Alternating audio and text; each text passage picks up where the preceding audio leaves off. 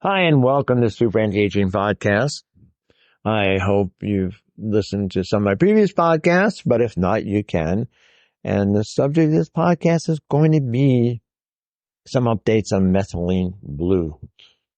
Methylene blue was originally discovered as a dye. Yes, a dye, chemically dye.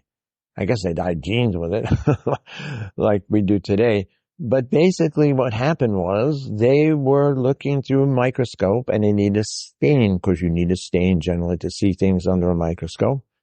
And they tried the methylene blue and they found the methylene blue actually killed what they were looking at under this microscope, like bacteria. And then they found it killed viruses.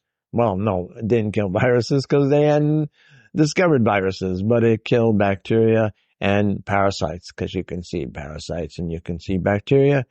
And today it's a standard treatment for malaria. In fact, 2 days, high dose methylene blue. So through the web, biohackers, it's become popular. I learned about it through my physician partner, Dr. Paulina Liss, an integrative MD, and she had patients coming in who were talking about it. So I started investigating it and very, very impressed with a lot of studies on it. And it's been used, again, for over 100 years. Now, there is, again, a big difference between low-dose methylene blue and high-dose methylene blue. At low dose, it's an antioxidant. At high dose, it's a pro-oxidant. And as a pro-oxidant, there are studies using it for cancer, and certainly I use it for cyanide poisoning in emergency rooms as a standard treatment, and also carbon monoxide poisoning. In fact, most emergency rooms have methylene blue. It's also been used by dentists as a stain to look for cracks in the teeth.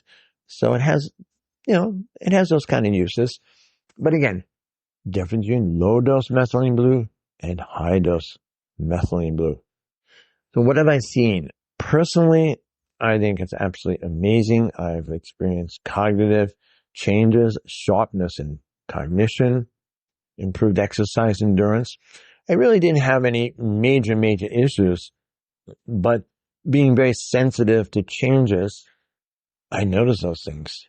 And I had a very, very important finding with my brother.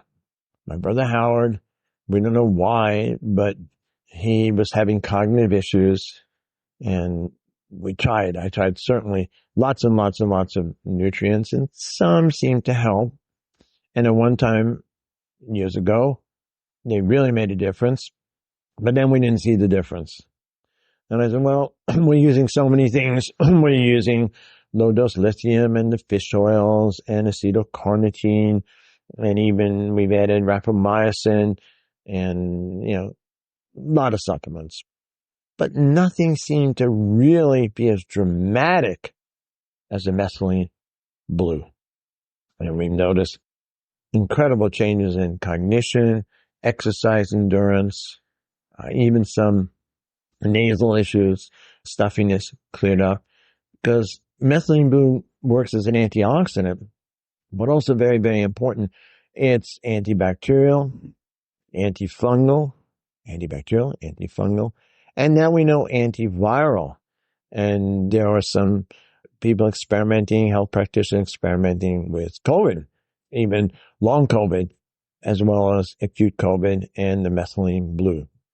The safety profile of methylene blue is very good. There are two considerations. One, it will increase serotonin. Good thing. You'll feel happier. But if you're on antidepressants, especially high-dose antidepressants, you might get too much serotonin. Well, I wonder what that feels like. No, it probably doesn't feel good. And the reports are, it doesn't feel good. And though there haven't been many reports on people who've been on high-dose methylene blue for malaria. Remember, the suggested dose is, if you look through all the different sites and podcasts and videos, 2 milligrams up to 4 milligrams per kilogram. Well, that's pretty high. I recommend, and some of my practitioner friends recommend anywhere, from starting with 3 up to maybe 30 milligrams. Big difference. That's considered a low dose. Oh, I have to put a disclaimer. This is not medical advice. So don't take this as medical advice. You can take it any way you want, but, that's a disclaimer. So let's get into the results I've seen. Personally, increased endurance. The idea that methylene blue can increase blood oxygen, that's a good thing, and that's positive, and I think that might be, in fact, we're going to do some testing. I'm going to test it out on VO2 max and see how that works. By the way, consideration, as I said before, of the serotonin issue, a consideration also the oximeter, that measuring blood oxygen, could give false readings because of the methylene blue and the way it measures through, I don't know, however it measures it. So you got to be careful about that. The other consideration is G6P deficiency, which is a glutathione issue, cellular issue, and you can get screened genetically. You can do a blood test, see if you have G6PD. My personal suggestion is, and my client's suggestion is, you can always take additional glutathione. I certainly take some liposomal glutathione anyway. Not that I have a G6PD, but the studies show that glutathione can help methylene blue in the sense that there's a recycling process, which is fascinating because let me digress a second. Methylene blue actually works. My analogy would be it sort of works like alternating current back and forth. It can shift the electrons back and forth, which is kind of fascinating. And again, the basic mechanism, methylene blue seems to be working on the mitochondria, those cell batteries that can be affected by everything from heavy metals to infections to genetic issues to age. So you want to support those mitochondria, which in every single cell in the body, remember, mitochondria produce hormones.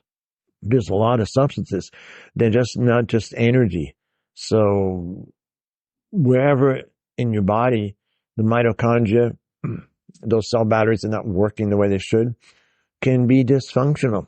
And especially as you get older. So methylene blue certainly can be, in my opinion, an anti-aging compound, as well as cognitive improvement.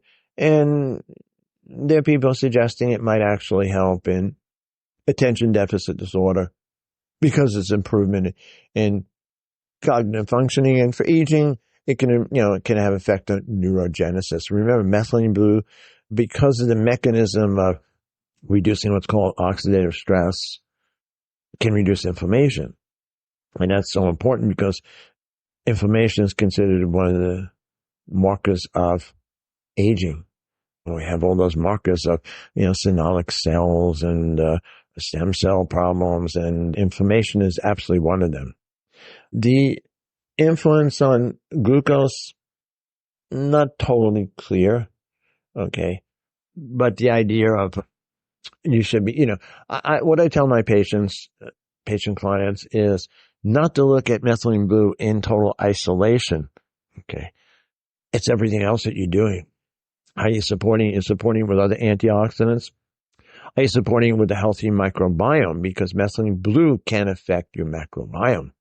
Remember, it's antibacterial.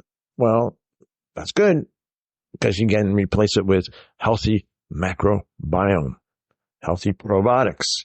So that's a good thing. And can methylene blue affect hormones? Possibly. How? Through the mitochondria. So if we look upstream at the methylene blue, and the methylene blue is affecting mitochondria, it explains why there could be different system approaches, different system improvements throughout the whole body. And there are people talking about methylene blue in long COVID.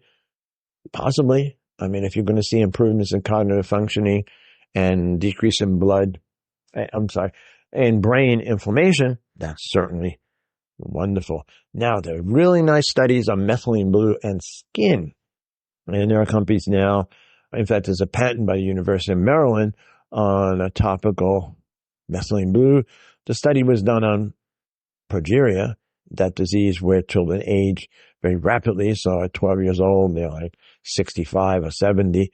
And the scientist who was working with this found that when they took the cells, I guess, I don't know how they did it, but the methylene blue decreased the skin aging. And since methylene blue can also help protect against DNA damage, and there's some other mechanisms in the skin that methylene blue seems to be very helpful for, it might be something additional. Not quite sure how much of the methylene blue will affect the skin. I'm still working on that. And there's certainly a lot of people talking about red light therapy in combination with methylene blue for different conditions. And that's something to look at. I mean, they're even using, what they call photodynamic therapy, where they do the methylene blue and they expose it to, say red light, and as an addition to a cancer therapy, something to look at. Again, medical disclaimer, this is not medical advice. It's just educational in nature. And when I get really, really excited about, something, you can look back at some of my old YouTube, and I was talking about glutathione probably, on YouTube probably 12, 13 years ago. And I was actually talking about it maybe 30 years ago. So it's exciting. And I was excited about glutathione. I think glutathione is still important. And my suggestion again, I like to take liposomal glutathione with methylene blue. I like to take liposomal C with it. I certainly do my other stacks of, magnesium and fish oils, and I can go through the whole list in a different podcast. But I just wanted to, stimulate the interest in methylene blue. Be very careful. There's a lot of contaminated methylene blue that looks like real methylene blue, but they use it for fish tanks, and it doesn't have to be pure because it's antifungal methylene blue, so it takes care of the fungus, I guess, in the fish tanks. And who's watching, that it is really pharmaceutical, pure methylene blue without heavy metals and contaminants. Well, that's why I like methylene blue 365. I know absolutely by their, documentation, and this is pharmaceutically pure methylene blue. There's a number of products you can look at in the methylene blue site.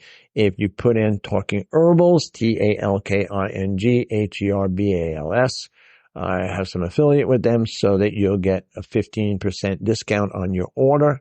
I'd really appreciate that. You can do that upon checkout.